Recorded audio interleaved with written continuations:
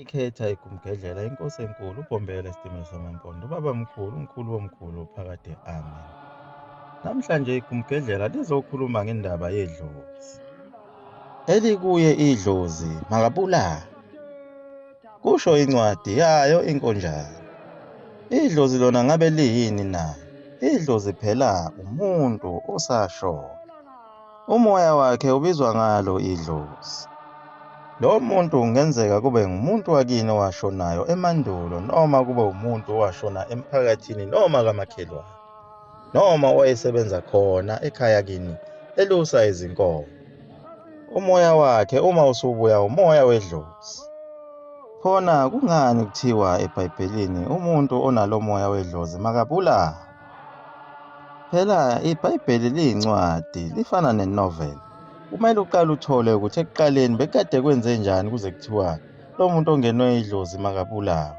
Hhayi ukuthi umuntu okuthiwa unedlozi kufanele vele nje ebulawe. Kuya ngesimo ukuthi bekade kusuka kuphi. Phela ukhumbula ukuthi leyo ncwadi ilaphayana ezincwadini zakhe uMose ngalesi sikhathi sebephumile eGibhithe sebefundiswa umthetho kaNkulunkulu ehlane nasentabeni yaseSinayi. Kunesikhathi lapho abantwana baka-Israyeli abazenzela khona ithole legolide balikhonza. Labo bantu bagcine bebulewe bonke ngaleso sikhathi ngenxa yokuthi babenomoya kaSathane, kanye nabanye abagcine bebulewe babengahambisani nalenkolo kaNkulunkulu. Ekubulweni kwabo balaba bantu ababephikisana nenkolo kaNkulunkulu, imoya yabo yaphenduka phela yaba ngamadlozi. Manje le moya yayihlupha ngokuthi ibuye izongena ezalweni labo, njengoba phela abantwana baka-Israyeli bephuma kuzo izingane zakhe uJakobe lezi eziwu-12 nabazukulu bakhona. Le moya laba bantu yayibuya-ke izongena kuso isizukulwane lesi. Mase kutholakala ukuthi uma usungenwe umkhulu wakho owayekhonza ithole legolide engafuni nakumbona uNkulunkulu, isixazululo salokho babebona kungcono ukuba ubulawe ngoba sewonakele. Yaqhamuka kanjalo-ke le ncwadi ukuthi elikuye idlozi makabulawe ngalesiya sikhathi sakhe uMose. Namhlanje kuyenzeka ukuthi emndenini ube khona umuntu owayewumbulali noma umthakathi. Kuyenzeka umoya wakhe uzikhethele enye yezizukulwane zezingane ezikhona eziphilayo, angene kuye emva kwalokho aqothe imbokodo nesisekelo, abulale yonke into ayibonayo, ngoba ungenwe yileliya dlozi lomuntu omubi. Lo moya wedlozi uyabahlupha abaningi.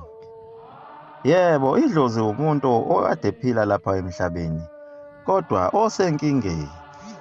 Ingaba nkulu noma ingaba ncane inkinga yakhe. Kodwa abantu basemandulo babekwazi ukuyilawula yonke lento, ukuba umoya wedlozi ungadlondlobali futhi ungahluphi. Bengakafiki abelungu, lo moya wawungakhathazi kakhulu ngoba abantu babesalandela inkolo kaNkulunkulu futhi bewugcina nomthetho wesintu. Phela kwakuthi umuntu mayeseshonile engcwatshwe ngohlelo lwasezulwini, egoqwe ngesikhumba, wayengayi futhi umuntu emakhazeni. Zazingapheli futhi izinsuku ezintathu engangcwatshiwe, enzelwe konke okwenziwa uma umuntu eshonile. Wayelo muntu wecelelwe intethelelo yezono azenzileyo esaphila kuNkulunkulu. Emva kokungcwatshwa kwakhe kwakuye kuphele izinsukwana ebese eyabuya ngamaphupho ebonge ethi, ngiyabonga abantu bami, ngihambe kahle lapho esengikhona, sengifikile emndenini.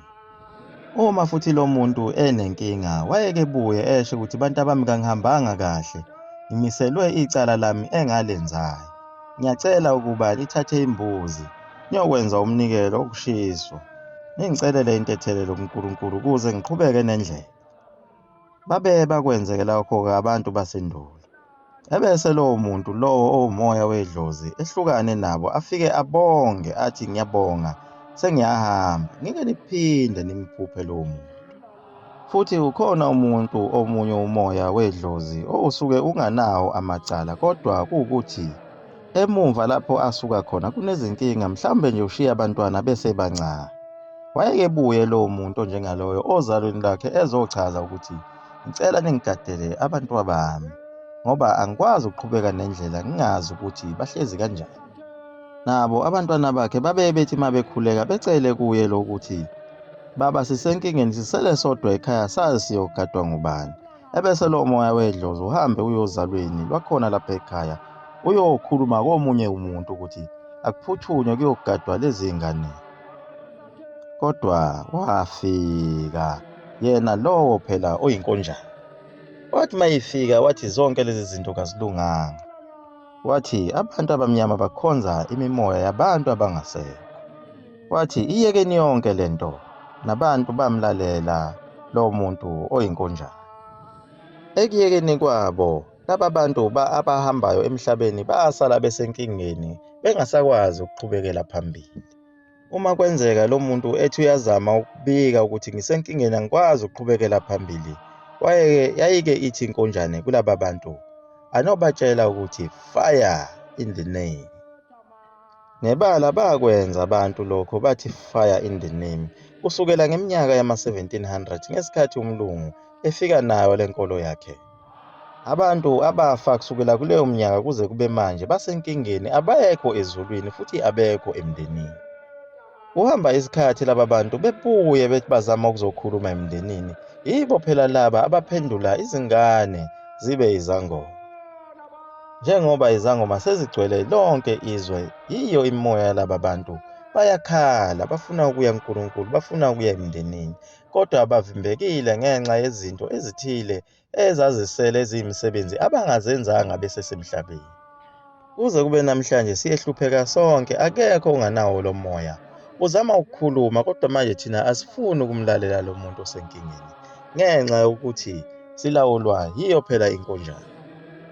Phela endulo uma kwenzekile kukhona isangoma sasiye sibe sodwa endaweni enkulu kakhulu. Endaweni engange-South Africa kwakungenzeka izangoma zibe 3 noma zibe 4. Yebo, ikhona neminye imoya yabantu yamadlozi eyithanda izinto ezimbi njengako ubuthakathi nobufebe. Nayo futhi iyalisebenzisa leli thuba ukuba ingene kubo futhi abantu. Ifuna ukuqhubeka nawo umsebenzi wobuthakathi nobufebe.